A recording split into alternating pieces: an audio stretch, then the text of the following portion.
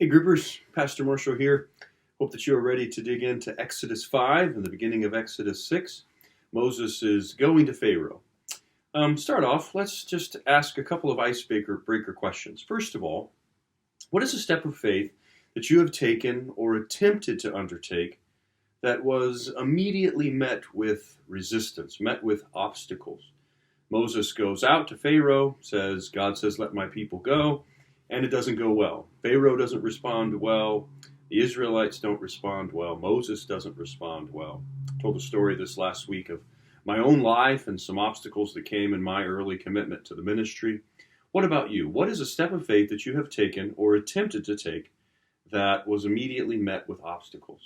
And spend a little time talking about that before you open the scriptures, but then also before you open the scriptures, just talk personally about this second question. What is your typical response to criticism? How do you typically respond to criticism?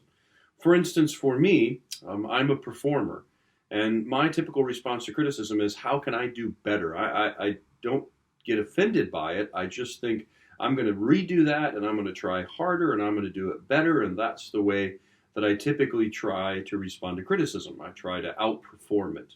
What about you? How do you respond to criticism? Well, Exodus chapter 5, verse 2. Pharaoh asked, why should I obey the Lord? Why is that a reasonable question? Just as a group, talk about why is that a fair thing for Pharaoh to ask Moses? And then you skip down a little further in verses 19, 20, and 21. Why did the Israelites turn against Moses and Aaron so quickly? Why do you think that they turned against them so quickly? What couldn't they see? What couldn't the Israelites see that was causing this problem? And then in verse 22, Moses returned to God and asked, why? When are you most tempted to think that not following God would be easier or would be better? What area of your life is the hardest for you to stay committed as a faith person, as a Christian act? Where do you think it would just be easier if I checked out on this area of life? And then I want you to, first of all, compare what is questioning God, what is doubt, and what is unbelief. Compare those three things. What is questioning God, what is doubt, and what is unbelief? And which of these do you think that Moses is struggling with? Is he questioning God? Is he doubting God? Or is he in unbelief?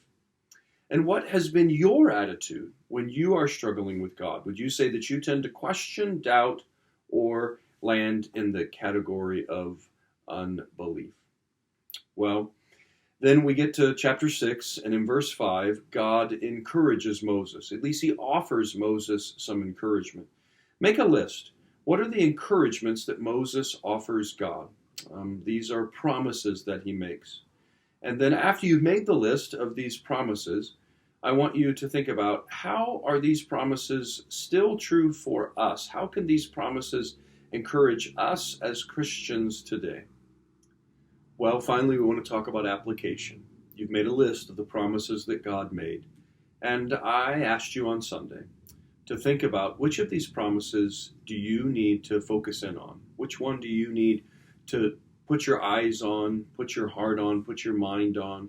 Which of these do you maybe need to stick to the dashboard of your car, or to your bathroom mirror, or to your monitor at work? Which of these promises do you need to put front and center so that you can be encouraged in the middle of the struggles that you're going through right now?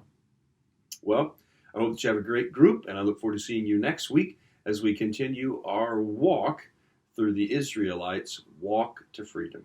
God bless.